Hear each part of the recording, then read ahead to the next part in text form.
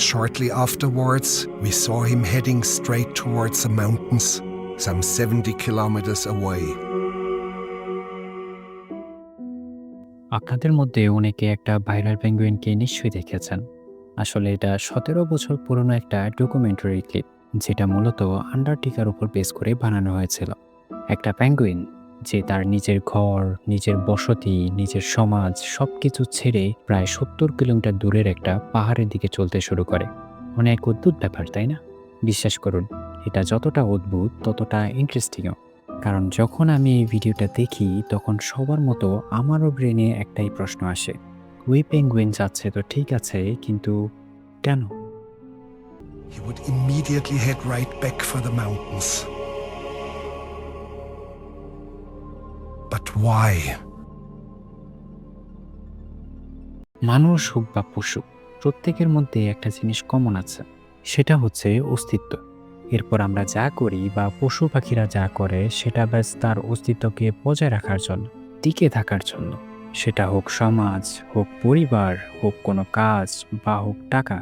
প্রতিটা জিনিস ব্যাস জীবিত থাকার জন্য একটা অজুহাত।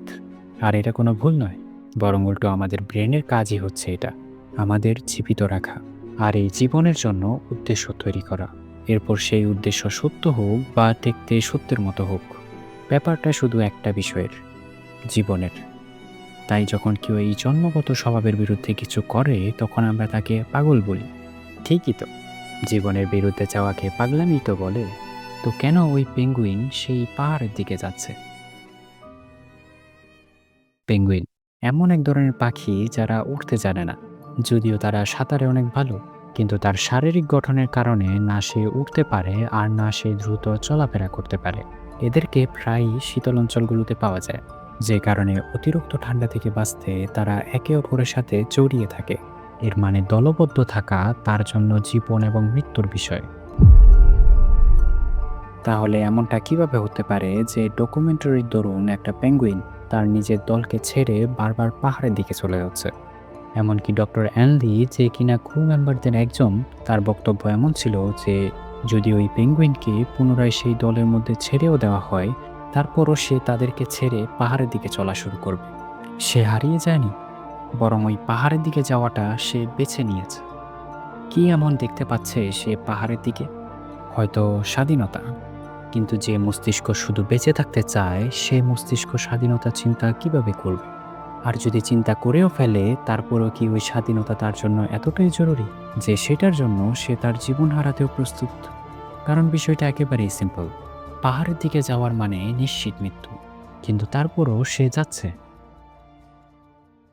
হয়তো এর কারণ স্বাধীনতা নয়, হয়তো পাহাড়ে উঠে সে আকাশ ছুঁতে চায়, জানতে চায় হয়তো পাখি হওয়ার অনুভূতি কেমন, উড়তে পারা কেমন, আকাশ কেমন। হয়তো তার এই আকাশ ছোঁয়ার ইচ্ছা তার দুর্বলতার চেয়ে অনেক বড়। হয়তো, অথবা হয়তো তার যাওয়ার পিছনে কোনো কারণ নেই, সে যাচ্ছে কারণ সে বাস যেতে চাচ্ছে। কিন্তু তারপরও এটা ততটাই সুন্দর। এটা একেবারেই সাধারণ নয়। যে উদ্দেশ্য আপনাকে খুশি খুশি মৃত্যুর দিকে নিয়ে যায়, সেটা সাধারণ কিভাবে হতে পারে? না ওই উদ্দেশ্য সাধারণ, আর নাই বা ওই পেঙ্গুইন সাধারণ। সাধারণত আমরা অনেক কিছু করতে চাই কিন্তু করার সাহস নেই, তার উপর জীবনেরও কোনো আশঙ্কা নেই, কিন্তু তারপরও আমরা ভয় পাই। তো কিভাবে কেউ ওই পেঙ্গুইনকে সাধারণ ভাবতে পারে, যে সব পরিস্থিতির বিরুদ্ধে যে সেটা করছে যেটা সে করতে চায়? সত্যি বলতে আমিও যেতে চাই অনেক দূরে, সব কিছু ছেড়ে।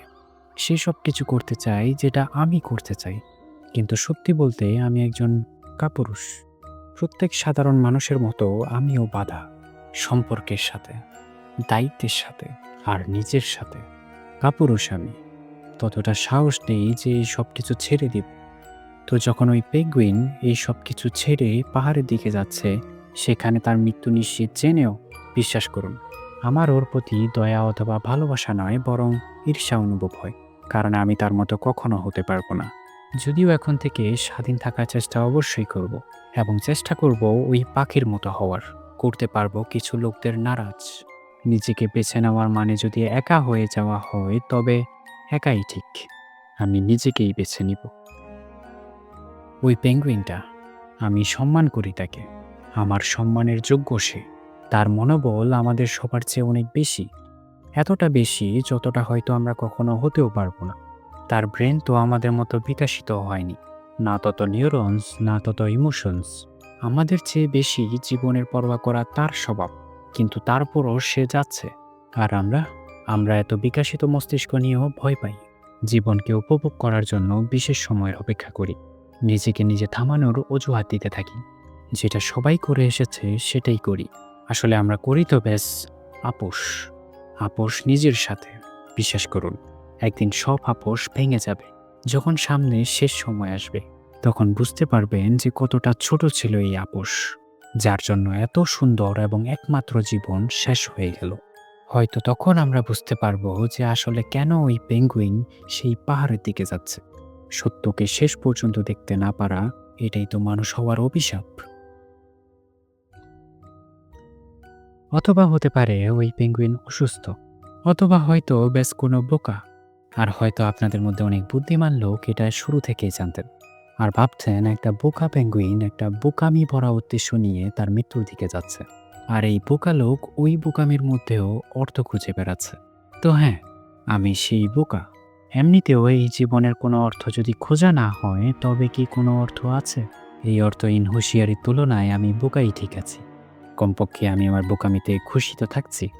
বোকামি হলেও অর্থপূর্ণ তো আছে আমার খেয়াল, ভাবনা, যেটা আমায় ততটা স্বাধীনতা দেয় যতটা আমি সহ্য করতে পারি।